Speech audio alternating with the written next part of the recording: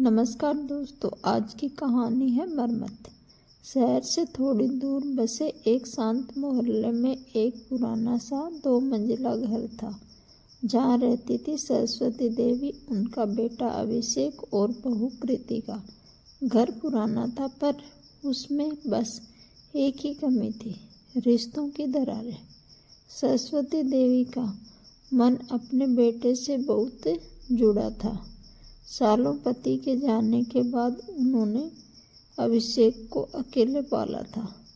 वह अपनी बहू को अपनाने की कोशिश करती, पर उनके मन में हमेशा एक डर रहता, कहीं बहू आने से बेटा दूर न हो जाए।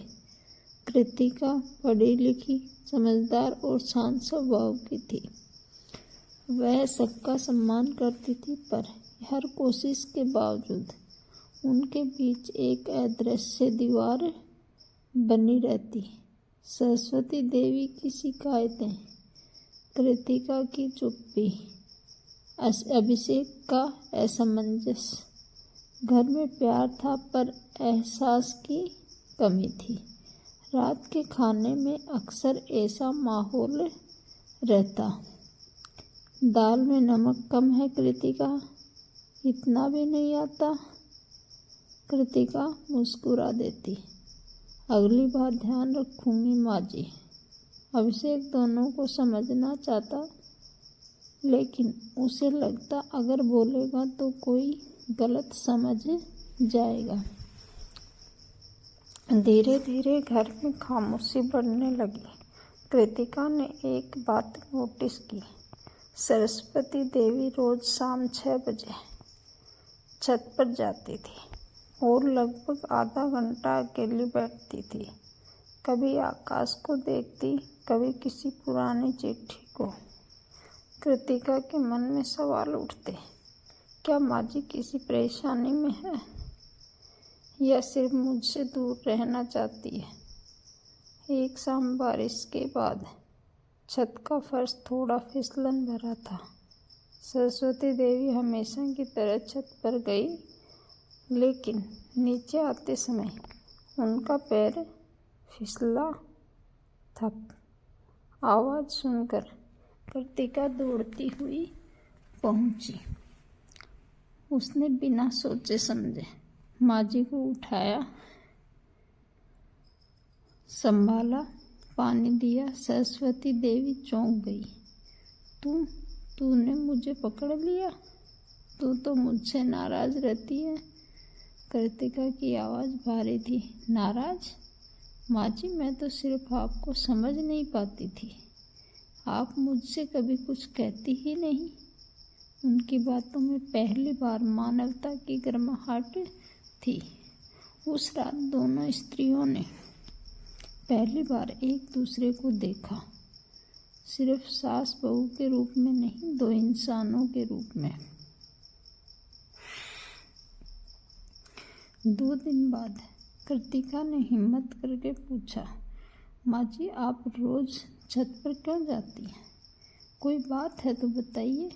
सरस्वती देवी ने होठ भींचे, फिर धीरे से बोली, मेरे पति तुम्हारे ससुर बहुत अच्छे इंसान थे। उनकी एक पुरानी बेटी है, मैं रोज उसी को देखती हूँ। वह कृतिका को अपने कमरे में ले गई। एक पुरानी लकड़ी की पेटी थी, उस उम्र की तरह फीकी पर यादों से भरी। अंदर पति की पुरानी तस्वीर, कुछ चिट्ठियाँ, 2 चूड़ियाँ और एक टूटा हुआ मंगलसूत्र। सरस्वती देवी की आंखें भर आई। उनके जाने के बाद मेरा जीवन खाली हो गया। मैंने अभिषेक को ही अपना संसार बनाया। डरती हूँ कहीं उसे भी न खो दूँ।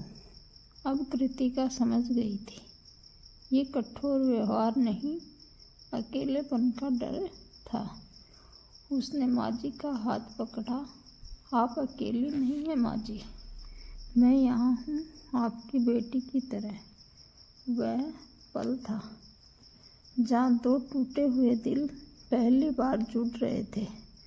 अभिषेक तीनों के बीच बदलते माहौल को देखकर खुश था, पर असली परीक्षा तब आई जब उसे ऑफिस में ट्रांसफ़र का ऑर्डर मिला। नई पोस्टिंग दूसरे शहर में थी। वह परेशान हो गया। मैं जाऊं तो माँ अकेली पड़ जाएंगी, और कृतिका, वो नौकरी करती है, यहाँ सेट है। रात को तीनों बैठे।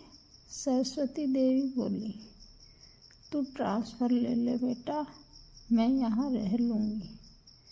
कृतिका बोली, नहीं माँ जी, हम आपको अकेला नहीं छोड़ सकते। जहाँ परिवार वहीं घर।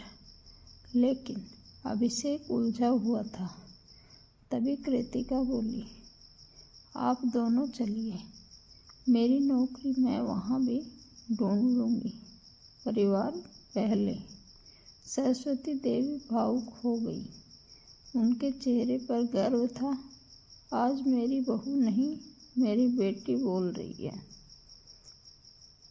अगला महीना घर बदलने, यादों को समेटने और नई शुरुआत में बीता। नया शहर, नया मकान, लेकिन रिश्ते पहले से कहीं मजबूत। कृतिका सुबह माँ जी के साथ टहलने जाती। अभिषेक ऑफिस से लौटकर उनकी बातचीत सुनकर मुस्कुराता। एक दिन मोहल्ले में महिला समिति कार्यक्रम हुआ, जहाँ सरस्वती देवी को एक कहानी सुनानी थी। उन्होंने भीड़ के सामने कहा, सास बहू का रिश्ता पैदा नहीं होता, हम खुद उसे बनाते हैं। अगर दिल खुला हो तो बहू बेटी बनती देर नहीं लगती। भीड़ तालियां बजाने लगी। कृतिका की आंखें गर्व से चमक रही थी। कुछ महीनों बाद अचानक सरस्वती देवी भयंकर बीमार पड़ गई। डॉक्टर ने कहा, देखभाल बहुत जरूरी है, इन्हें भावनात्मक सहारा चाहिए। कृतिका ने नौकरी छोड़ दी और पूरा समय माँ जी के साथ बिताने लगी। वह दवाइयाँ देती, उनके पैर दबाती, उनसे बातें करती, पुरानी यादें सुनती। कई दिनों बाद सरस्वती देवी ने कृतिका का हाथ पकड़ा। तूने मुझे मेरी खोई हुई बेटी लौटा दी। तू मेरे लिए बहू नहीं, मेरी आत्मीय साथी है। कृतिका रो पड़ी। अभिषेक भी भावुक हो गया। धीरे धीरे सरस्वती देवी फिर स्वस्थ होने लगी। अब घर में खामोशी नहीं, हंसी, अपनापन और भरोसा था। धन्यवाद।